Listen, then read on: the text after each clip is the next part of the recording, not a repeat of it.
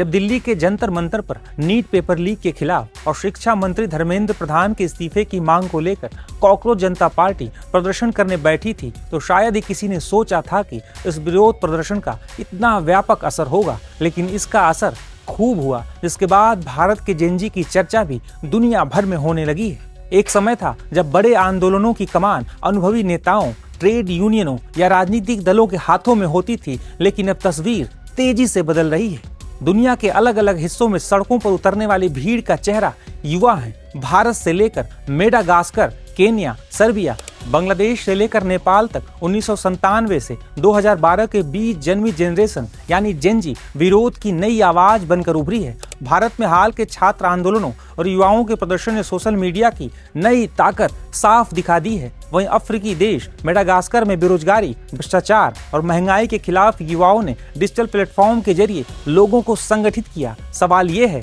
कि आखिर पूरी दुनिया में जेन जी ही विरोध की अगुवाई क्यों कर रही है? जेन जी को डिजिटल नेटिव कहा जाता है। ये वो पीढ़ी है जिसने इंटरनेट, स्मार्टफोन और सोशल मीडिया के साथ ही अपनी परवरिश देखी है।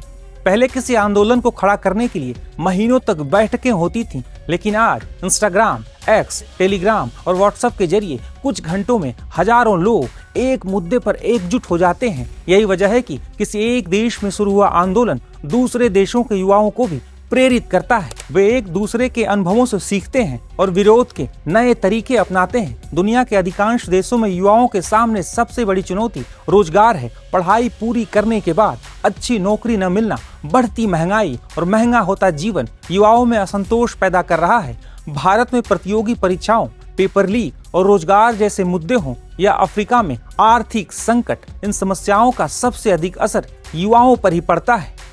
इसीलिए वे सबसे पहले सड़क पर उतरते हैं। जेन जी पारंपरिक राजनीति से हमेशा जुड़ी हो ऐसा जरूरी नहीं है। ये पीढ़ी किसी पार्टी से अधिक किसी मुद्दे के साथ खड़ी होती है। शिक्षा, रोजगार, भ्रष्टाचार, पर्यावरण, महिलाओं की सुरक्षा, लोकतांत्रिक अधिकार और अभिव्यक्ति की आजादी जैसे मुद्दे इनके लिए सबसे अधिक महत्वपूर्ण है। यही वजह है कि कई बार आंदोलन बिना किसी बड़े नेता के भी शुरू हो जाते हैं। सोशल मीडिया पर हैशटैग ही संगठन का काम करने लगता है। आज का युवा केवल अपने शहर या देश की खबर नहीं देखता, बल्कि पूरी दुनिया की घटनाओं से जुड़ा रहता है। अगर किसी देश में छात्रों का आंदोलन सफल होता है तो दूसरे देशों के युवा भी उससे प्रेरणा लेते हैं। मेडागास्कर के युवाओं ने आर्थिक मुद्दों पर आवाज उठाई तो दुनिया के कई हिस्सों में इसे खूब समर्थन मिला। इसी तरह भारत, बांग्लादेश, केन्या या यूरोप के आंदोलनों में भी वैश्विक एकजुटता देखने को मिली है। आज प्रदर्शन केवल सड़कों पर नहीं, मोबाइल स्क्रीन पर भी लड़े जाते हैं।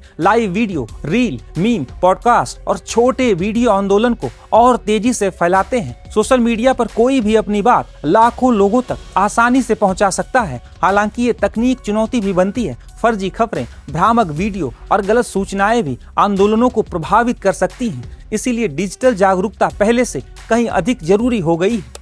हालांकि जानकारों का मानना है कि जेन जी आंदोलनों की सबसे बड़ी ताकत उनकी गति है, लेकिन सबसे बड़ी कमजोरी उनका बिखराव भी हो सकता है।